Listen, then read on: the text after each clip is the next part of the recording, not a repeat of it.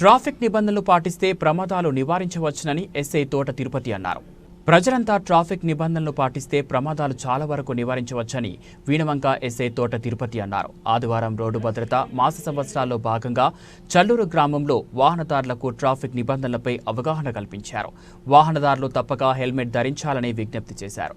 మద్యం సేవించి వాహనాలు నడపరాదని అన్నారు. అతివేగం కూడా ప్రమాదాలకు కారణమవుతుందని, వేగాన్ని తగ్గించి సురక్షితమైన ప్రయాణం చేయాలని అన్నారు. ట్రాఫిక్ నిబంధనలను ఉల్లంఘిస్తే భారీ జరిమానాలతో పాటు జైలు శిక్షలు కూడా ఉంటాయనే విషయాన్ని ప్రతి ఒక్కరూ గుర్తించాలని అన్నారు. తల్లిదండ్రులు మైనర్లకు వాహనాలు ఇవ్వకూడదని అన్నారు. ట్రాఫిక్ నిబంధనలు పాటించకపోవడంతోనే చాలా ప్రమాదాలు జరుగుతున్నాయని, వాహనం నడిపేటప్పుడు వాహనదారుని నమ్ముకొని ఉన్న కుటుంబాన్ని దృష్టిలో ఉంచుకొని జాగ్రత్తగా వెళ్లాలని అన్నారు. ఈ కార్యక్రమంలో పోలీస్ సిబ్బందితో పాటు అధిక సంఖ్యలో వాహనదారులు పాల్గొన్నారు.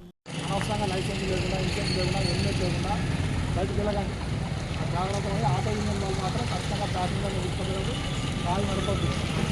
మీరు వాడికి తీసుకునే కూడా జరిగిందాకో వాళ్ళకి ఒక రూపాయి గురించి చెప్తారు మంచి అనుకుంటే.